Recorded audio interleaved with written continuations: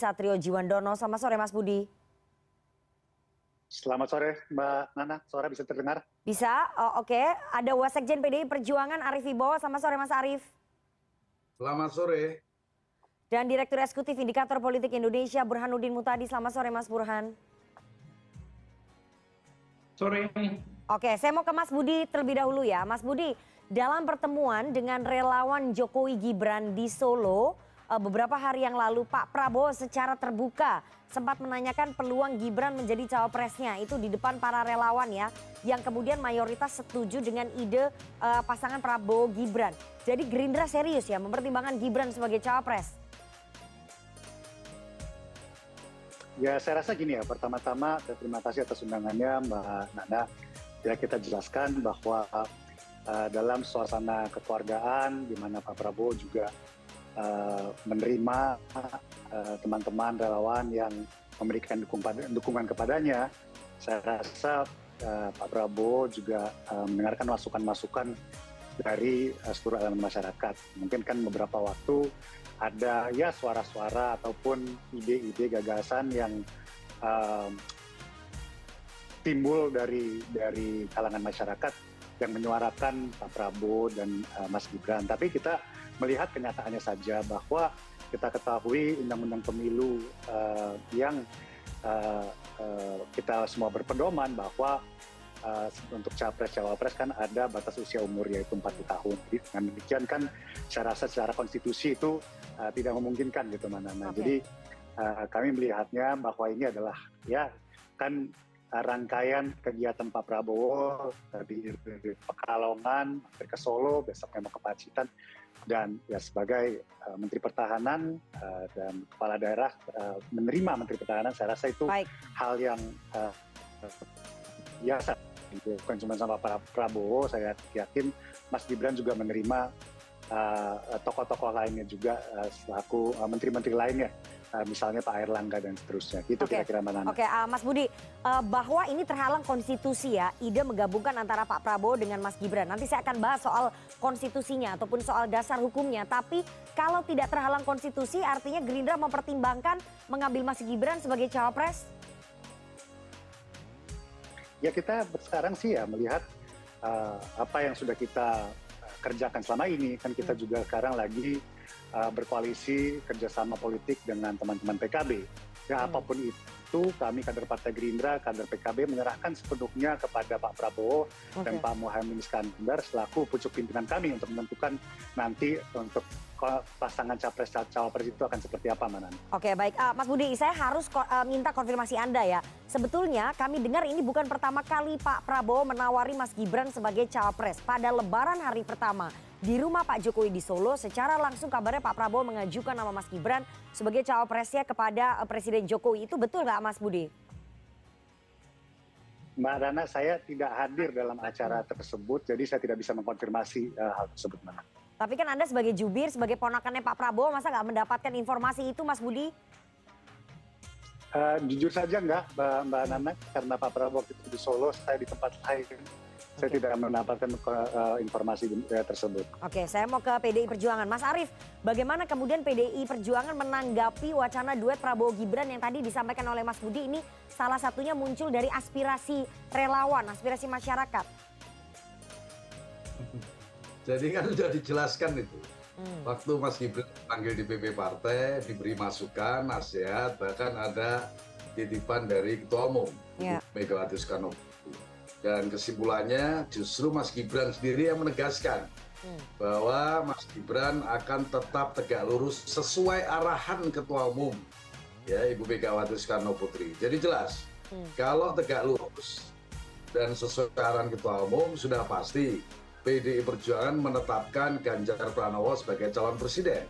Nah karena itu jajaran pengurus, kader, anggota dan bahkan simpatisan dimintakan untuk mengikuti apa yang sudah menjadi keputusan partai. Nah bahkan Mas Gibran sendiri pada saat bertemu Pak Prabowo, beliau dalam posisi sebagai wali kota Solo, ya banyak orang datang dan itu diklaim sebagai relawan, tapi dalam satu kesempatan beliau juga menyampaikan Mas Gibran bahwa kebanyakan yang datang memang kader Gerindra. Jadi memang suasananya ramai dan sesuatu yang biasa saja. Ya, tapi yang penting adalah apa yang sudah dinyatakan oleh Wali Kota Solo bahwa tetap tegak lurus sesuai arahan Ketua Umum. Saya kira itu kuncinya. Mas Arief, apakah kemudian Anda melihat ini upaya mempertentangkan Presiden Jokowi dengan PDI Perjuangan? Ya saya kira tidak sejauh itulah. Hari-hari ini kan semua racing ya untuk menuju 2024. Dalam soal ini adalah menyangkut capres-cawapres dan menggalang kekuatan. Nah, saya kira siapa saja bisa capres masing-masing yang sudah ditetapkan sebagai capres oleh partainya atau sedang dalam proses penetapan sebagai capres untuk melakukan penggalangan kekuatan, mendekati para tokoh dan lainnya. Itu satu usaha atau ikhtiar politik yang dimungkinkan dan dibolehkan ya, oleh konstitusi dan secara politik juga itu sesuatu yang normal menurut saya. Jadi tidak apa-apa. Yang penting yang bersangkutan saja ya. Masalahnya adalah keteguhan hati yang bersangkutan begitu Mas Arief. Tapi saya ingin tanya ya. Jadi PDI Perjuangan menutup pintu, menutup peluang sosok Gibran Rakabuming Raka untuk bisa maju dalam kontestasi Pilpres. Menjadi cawapresnya Pak Prabowo itu sebenarnya sudah nggak bisa ya Mas Arief ya? Capresnya Ganjar Pranowo, masa semuanya dari PDI Perjuangan? Karena dalam beberapa kesempatan PDI Perjuangan sempat mengizinkan kemudian ada kadernya maju melalui partai lain di Pilgub Kalteng pada saat itu Sugianto Sabran tidak didukung oleh PDI Perjuangan tapi maju dari partai lain kemudian menang. Ya, kalau Pilgub, Pilwakot, Pilbub itu kan konteksnya beda. Jadi kan untuk Pilwakot dan Pilgub boleh tapi Pilpres nggak boleh begitu Mas Arief ya? Apa bedanya ya? Tergantung situasi dan kondisi juga. Kan tetap garis sulitnya. Ada yang disebut siasat, ada yang disebut strategi, ada yang disebut taktis. Jadi ada konteks ya, ini bukan soal teks. Nanti kalau teks ya repot, tidak jalan perkembangannya.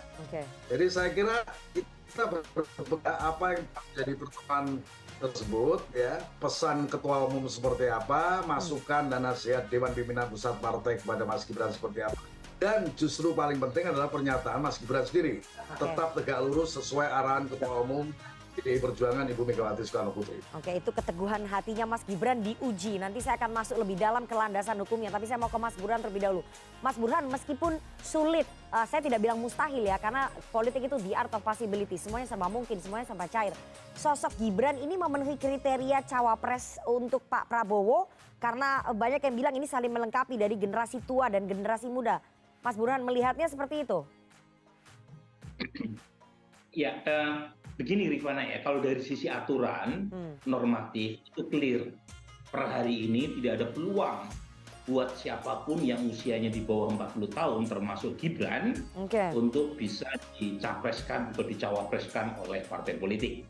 Memang sedang ada uji materi di MK yang dilakukan oleh PSI dan beberapa kepala daerah yang usianya muda. Termasuk Irfansyah, Wali Kota Bukit Tinggi yang notabene adalah kader Gerindra ya. Tapi kalau misalnya itu berhasil, baru kita bicara apakah Gibran punya potensi sebagai cawapres atau tidak. Dan kalau ditanya apakah Gibran bisa melengkapi dari sisi elektoral atau dari sisi apapun terhadap Pak Prabowo, memang secara umum bisa dikatakan demikian. Misalnya Pak Prabowo itu kan lemah di Jawa Timur dan Jawa Tengah. Gibran mungkin bisa membantu secara elektoral buat Pak Prabowo, terutama di 2 provinsi besar. Tapi harganya memang mahal, karena bagaimanapun kalau Gibran disandingkan dengan Pak Prabowo, tentu potensi dari Ganjar Pranowo sebagai capres PDI Perjuangan akan berkurang. Karena bagaimanapun basis Gibran dan Mas Ganjar berasal dari captive yang sama. Jadi pada titik itu kita bisa mengatakan sosok Gibran bisa memberikan dampak elektoral yang positif buat Pak Prabowo. Tetapi kita juga harus memikirkan bahwa Gibran ketika misalnya disandingkan sebagai pendamping Pak Prabowo itu juga punya potensi resistensi dari kelas menengah. Karena bagaimanapun Gibran adalah putra presiden dan mungkin akan menghidupkan isu berkaitan dengan politik dinasti yang mungkin akan memantik ya perlawanan terutama dari kelas menengah, termasuk mereka yang mendukung Pak Jokowi sendiri. Jadi ini ya saya tadi mengatakan seperti yang Rifana bilang ya, dalam politik kan tidak ada yang tidak mungkin. Yang tidak mungkin dalam politik cuma satu, ya, membangkitkan orang mati. Nah di luar itu masih ada yang mungkin, termasuk misalnya MK mengabulkan uji materi berkaitan dengan pengurangan batas usia minimum buat capres-cawapres. Apalagi ya kalau kita lihat kepemimpinan global itu kan pada umumnya terjadi permajaan ya. Orang seperti Jacinda Ardern, mantan Perdana Menteri New Zealand, itu ketika terpilih itu usianya 37 tahun. Orang seperti Emmanuel Macron, Presiden Prancis, ketika terpilih sebagai presiden, itu di usia 39 tahun. Sekarang orang seperti Sanna Marin, Perdana Menteri Finlandia, itu juga usianya masih sangat muda.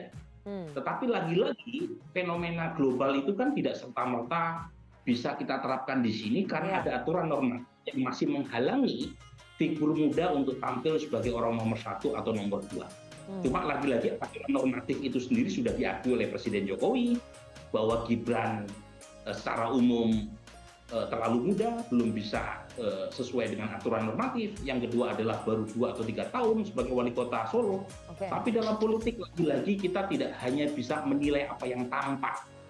Ya, dalam politik Jawa namanya pasemon. Kita menilai atau menguji pernyataan seseorang atau statement seseorang bukan dari apa yang tersurat, tapi juga apa yang tersirat. Nah, pertemuan kemarin di Solo antara Pak Prabowo dan Gibran, saya kira tidak salah kalau membuka spekulasi lebih jauh berkaitan dengan dukungan diam-diam Presiden Jokowi kepada keluarga Pak Prabowo, meskipun lagi-lagi secara tersurat nggak ada yang salah. Jadi karena bagaimanapun Mas Gibran posisinya hanya mengantarkan relawannya yang mendukung Pak Prabowo. Tapi lagi-lagi spekulasi ke arah sana ya nggak bisa disalahkan. Mas Burhan. Ya, Mas Burhan, tapi kalau misalnya nanti konstitusi ataupun landasan hukum memperbolehkan, artinya kan yang untung PDI Perjuangan. Kadernya 2 orang maju dalam kontestasi Pilpres. Iya kan, satu menjadi capres, satu lagi menjadi cawapres. Masa PDI Perjuangan nggak untung ini? Di pilkada kan banyak itu dilakukan.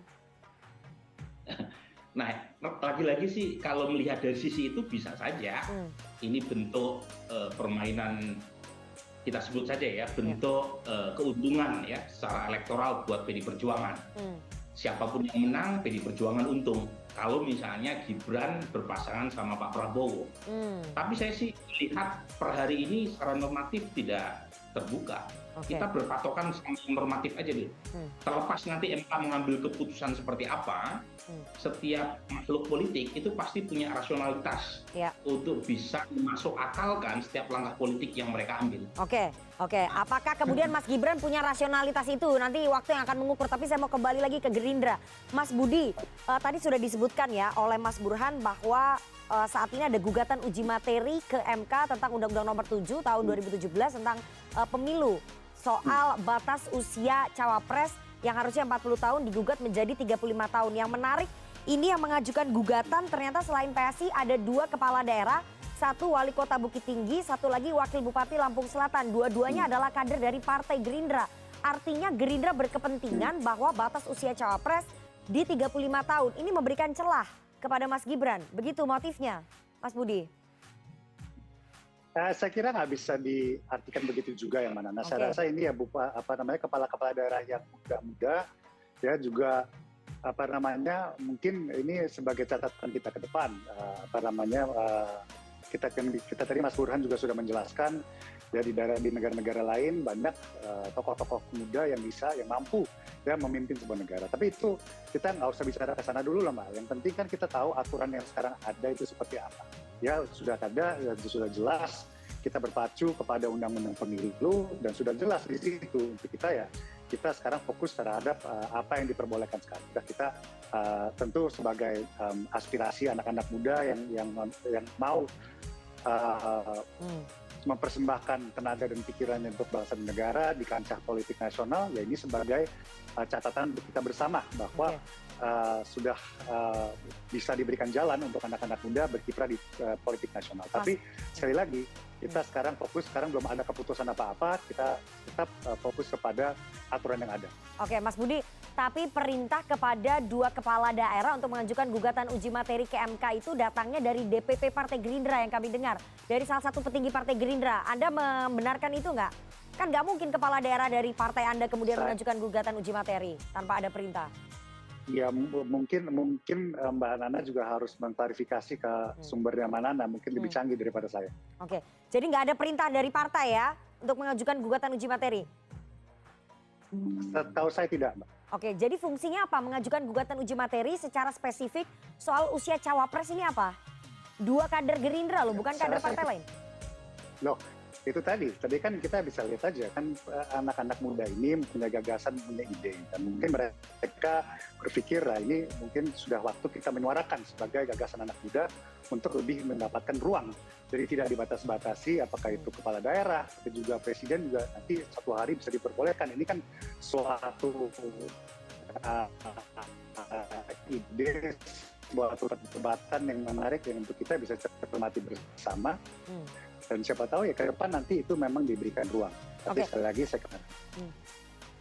Mas Budi, ini maksudnya keinginan dari kader-kader Anda, kader-kader Partai Gerindra agar ada anak muda yang bisa maju dalam kontestasi ini berarti tersalurkan untuk Mas Gibran begitu? Karena ini spesifik cawapres dan dalam politik gak ada yang kebetulan nih Mas Budi. Waktunya di saat ada gitu isu Pak Prabowo dengan Mas Gibran, kemudian kader Anda mengajukan gugatan uji materi soal batas usia cawapres. Ini aspirasinya memang ke situ ya? Ya mungkin ya enggak, saya katakan tadi ya ini mungkin sekedar aspirasi harapan ya anak-anak muda, pemimpin-pemimpin muda di daerah-daerah kabupaten, bahwa yang mereka menyuarakan ya gagasan ini, bahwa ini mungkin sebuah yang harus kita pikirkan bersama. Tapi tidak serta-merta bahwa ini dikait-kaitkan dengan mungkin ada gagasan, ada suara-suara yang mengharapkan Mas Gibran maju sebagai cawapres di kontestasi politik di 2024, Nana. Oke, Mas Arief, saya ingin tanya ya, kalau MK mengabulkan gugatan soal batas usia cawapres menjadi 35 tahun, apakah PDIP melihat peluang Mas Gibran bisa maju sebagai cawapresnya Pak Prabowo? Kan yang untung PDI juga, seperti yang tadi saya dan Mas Burhan bahas. PDI Perjuangan bisa dapat untung secara elektoral loh, 2 kadernya itu bermain dalam kontestasi Pilpres. Iya, PDI Perjuangan tidak sedang berbisnis, tapi berpikir tentang bagaimana bangsa dan negara ke depan. Dari tadi justru saya seperti Mas Burhanuddin tadi itu menjelaskan, mau ketawa terus sebenarnya. Jadi konstitusi jelas tidak mungkin, yang kemudian diatur secara lebih rigid oleh undang-undang dengan Undang-Undang Nomor 7 Tahun 2017 tentang pemilihan umum. Nanti kalau mau didalam lagi kenapa syaratnya harus sekian ya, tidak lebih lagi, itu panjang ya. Intinya bahwa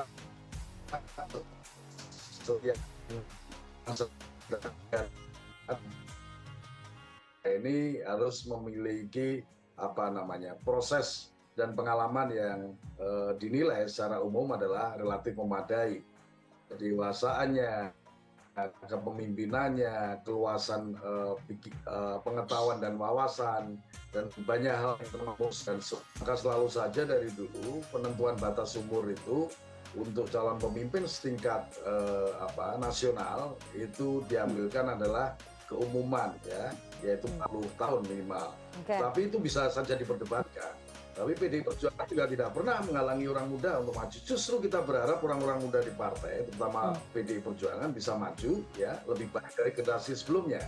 Nah, kembali kepada soal Mas Gibran tadi, saya kira sudah jelas apa yang telah dinyatakan oleh Mas Gibran, bahwa tetap tegak lurus sesuai arahan Ketua Umum. Itu artinya adalah akan selalu mengikuti perintah Ketua Umum terus juga perintah partai. Jadi saya kira ini soal manuver politik yang biasa dan sah-sah saja sebagai satu ikhtiar politik, siapapun capres ya, nanti kalau sudah ada cawapres melakukan manuver apa saja silakan. Maka kemudian DPP dan Ibu memberikan satu arahan, satu masukan juga, serta nasihat agar berhati-hati terhadap segala macam manuver politik yang bisa jadi akan merugikan tidak saja dirinya tapi juga partai, bahkan juga untuk kepentingan yang lebih luas adalah national interest atau kepentingan nasional kita. Oke, Mas Arief, dari PDI Perjuangan menilai bahwa saat ini belum waktunya begitu ya Mas Burhan untuk maju, Mas Gibran, bukan Mas Burhan, Mas Gibran untuk maju dalam kontestasi Pilpres begitu ya. Karena tadi Anda sebutkan ada faktor pengalaman, kemudian keluasan dan usia. Jadi belum pas lah ya waktunya menurut Mas Arief untuk Mas Gibran maju. Saya tadi menjelaskan soal kenapa pasal itu muncul terkait undang-undang. Ya. Nah soal Gibran belum waktunya atau tidak, selalu saya Tapi dari segi pengalaman bagaimana Mas Arief? Capres cawapres kan kewenangan ketua umum. Partai Demokrasi Indonesia sudah memutuskan, menetapkan, mengumumkan Ganjar Pranowo sebagai calon presiden Republik Indonesia. Nah itulah yang menjadi pegangan kita. Jadi tidak bisa kita kembali setback untuk kembali pada satu gagasan yang bisa jadi menarik untuk didiskusikan. Tetapi kita berpikir tentang bagaimana menghadapi pemilu 2024 di Pileg dan Pilpres kita menang dan bakal di Pilkada serentak 2024 juga bisa memenangkan di banyak wilayah negara kesatuan Republik Indonesia. Baik, Mas Burhan terakhir, kalau tadi dikatakan oleh Mas Arief ya sah-sah saja kalau misalnya ada manuver-manuver politik yang dilakukan oleh capres tertentu begitu ya. Tapi kalau misalnya Anda analisa apa motif politis dari manuvernya Pak Prabowo dan juga Gerindra mempertimbangkan mungkin Mas Gibran menjadi cawapres. Apakah ini salah satunya karena endorsementnya Pak Jokowi yang mencapai 16% dalam kontestasi Pilpres 2024? Jadi dengan mengambil Mas Gibran bisa otomatis dapat endorsementnya Pak Jokowi? Sebenarnya Pak Prabowo sendiri kan sudah mengantongi endorsement ya dari Pak Jokowi, terutama di akhir 2022 dan awal 2023. Sebelum tanggal 21 April Ibu Megawati memutuskan Ganjar sebagai capres. Jadi saya catat pertama kali Presiden Jokowi mengatakan Pak Prabowo adalah the next president dengan berbagai macam formulasi pernyataan. Ya, tetapi setelah 21 April itu kita belum mendengar Pak Jokowi memberikan pernyataan terbuka mendukung Pak Prabowo. Wajar karena tanggal 21 April di hari Kartini Ibu Mega sudah memutuskan Ganjar Pranowo sebagai capres PD Perjuangan. Nah itu yang pertama. Nah, tetapi efek elektoral Pak Jokowi memang tidak bisa diabaikan. Terakhir SMRC menyebut tingkat kepuasan terhadap Presiden Jokowi mencapai 81,7%. Data saya bulan April 78,5%. Jadi kalau kita bandingkan dengan negara-negara demokrasi, Presiden Jokowi sekarang adalah presiden paling tinggi tingkat kepuasannya, bahkan mengalahkan Narendra Modi di India maupun Lula di Brazil. Pada titik itu endorsement dia menjadi penting, terutama buat Pak Prabowo. Karena Pak Prabowo sudah berhasil mengamankan basis pendukungnya berdasarkan hasil Pilpres 2019. Data terakhir kami 52% pemilih Pak Prabowo sudah kembali memilih Pak Prabowo kalau pemilu diadakan pada saat survei dilakukan. Nah di kalangan basis pendukung Pak Jokowi, data terakhir baru 24,7% pemilih Pak Jokowi yang memilih Pak Prabowo, naik kurang lebih sekitar 11% dibanding bulan Februari. Nah, Mas Ganjar memang masih dominan meraih dukungan dari segmen pemilih Pak Jokowi 2019, tapi trennya turun dibanding bulan Februari. Nah, tentu Rifana ingat ya apa yang membuat turun, yaitu Piala 2020. Nah, tapi lagi-lagi soal Gibran ini konteksnya adalah Pak Prabowo ingin meningkatkan penetrasinya di segmen pendukung Pak Jokowi dan itu saja namanya juga kontestasi. Tapi poin saya, kalau sampai menarik Gibran menjadi salah satu cawapres Pak Prabowo, ada hal yang harus dihitung matang. Yaitu soal resistensi tadi. Karena bagaimanapun meskipun approval rating Presiden Jokowi tinggi, tetapi di kalangan segmen kelas menengah masih ada kegalauan dan sekaligus kritisisme terkait dengan dinasti politik. Saya punya dua survei nih Rifana, satu di DKI Jakarta terkait dengan calon kepala daerah, satu lagi di Jawa Tengah. Itu dua wilayah itu hasilnya kontras sekali. Di Jawa Tengah, jika pemilu diadakan hari ini terkait dengan Pilgub, hari ini gubernurnya adalah Gibran. Di Jawa Tengah ya. Tapi di Jakarta, Mas Gibran cuma dapat 7%. Artinya ada resistensi ya. Apa Jakarta beda hasilnya? Karena Jakarta kelas menengahnya lebih banyak. Oke. Nah, memang kelas menengah kita itu lebih sedikit dibanding kelas menengah bawah. Tapi mereka adalah vokal minority. Jadi perlu dipertimbangkan. Kalau misalnya usulan menjodohkan Pak Prabowo dengan Gibran, bisa saja mendapatkan dukungan dari segmen kelas menengah bawah dari pendukung Pak Jokowi. Tapi kelas menengah atas, termasuk mereka yang mendukung Pak Jokowi juga tidak lantas setuju. Bisa jadi mereka tidak setuju. Jadi hal semacam ini untuk diingatkan pada siapapun ya, termasuk pada Pak Jokowi maupun Prabowo Subianto maupun elit politik. Jadi kalkulasi politiknya harus benar-benar matang, jangan sampai strategi yang diambil justru blunder untuk Pak Prabowo ataupun Pak Jokowi dan juga untuk Gibran sendiri. Kita tunggu nanti bagaimana keputusan akhirnya karena konstelasi politik masih sangat dinamis. Kita tunggu Mas Budi nanti siapa yang akan jadi cawapresnya Pak Prabowo dan juga siapa yang jadi cawapresnya Mas Ganjar, Mas Arief, kita lihat bersama. Bukan saya, Rip. Oke, cawapresnya aja. Bukan Mas Burhan. Mas Gibran, bukan Mas Burhan. Ya, Mas Gibran. Terima kasih sekali para narasumber yang sudah bergabung pada sore hari ini. Terima kasih Mas Budi Satrio Jiwandono, jubir pemenangan Pilpres Partai Gerindra, ada Mas Arief Wibowo, Wasekjen PDI Perjuangan dan Direktur Eksekutif dari Indikator Politik, Mas Burhanuddin Muhtadi. Sehat selalu Mas Budi, Mas Arief dan juga Mas Burhan.